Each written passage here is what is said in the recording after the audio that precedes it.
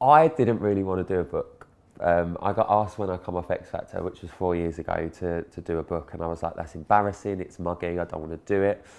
And then I was asked again last November, and I thought, oh, do I want to do this? Like, have I got anything to say?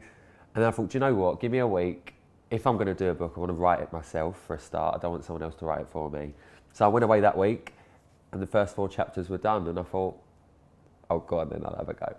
I really wanted to write the book myself, purely because of the sheer fact of I remember everything exactly how I remembered it, and I didn't want someone else to sit there and think they knew what I meant just by having a chat with them and then writing it in their words. I wanted the reader to hear my voice when they're reading it. And also, purely because of the sheer fact of I, I knew I could write it. And I've been very busy. It's took me 8 months. I've been having to slot it in between things, like an hour here and an hour there. But for the exact reason to sit here and say, I wrote it myself. Looking back over what's actually in the book, like the life I've led, you know, most people know me from 4 years ago, and a lot of people think that's when I was born. I was born 4 years ago on the X Factor, and I didn't have a life before it. When in fact, sort of X Factor doesn't come into the book until sort of chapter 12, 13. So there was a hell of a run up, including the fact that I was supposed to be a Big Brother housemate when I was 18.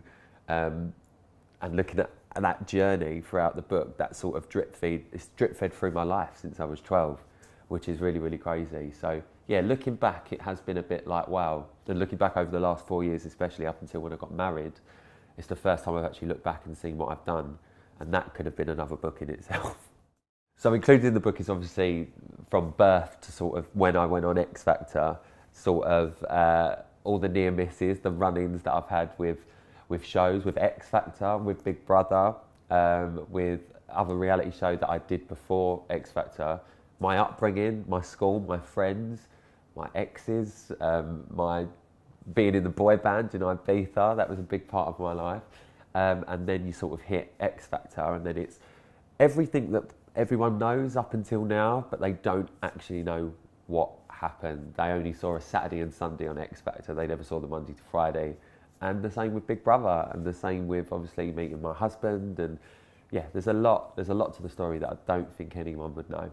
The hardest part about writing the book for me was probably writing about my family and sort of my nan, my mum, and actually I've not let anyone read this book yet. No one's read it. My mum's not read it, my husband, my brother, no one has read this book apart from me, because I wanted to write it, get it done, get it printed, get it out there, and then people read it, because I didn't want to remember things how they remembered things. I wanted to remember everything that happened through how I remembered it, because this is completely through my eyes, which is also a legal bonus to get away with murder.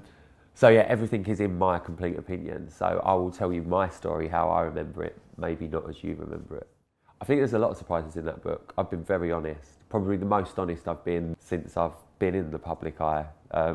This has been like the big interview, if you like. I've been completely honest about my journey on the X Factor. I've been completely honest about being part of the Big Brother team. I've been completely honest about my previous relationships, my relationship now. So yeah, I've been completely honest. There's going to be a lot in there that people are going to go, oh, didn't know that.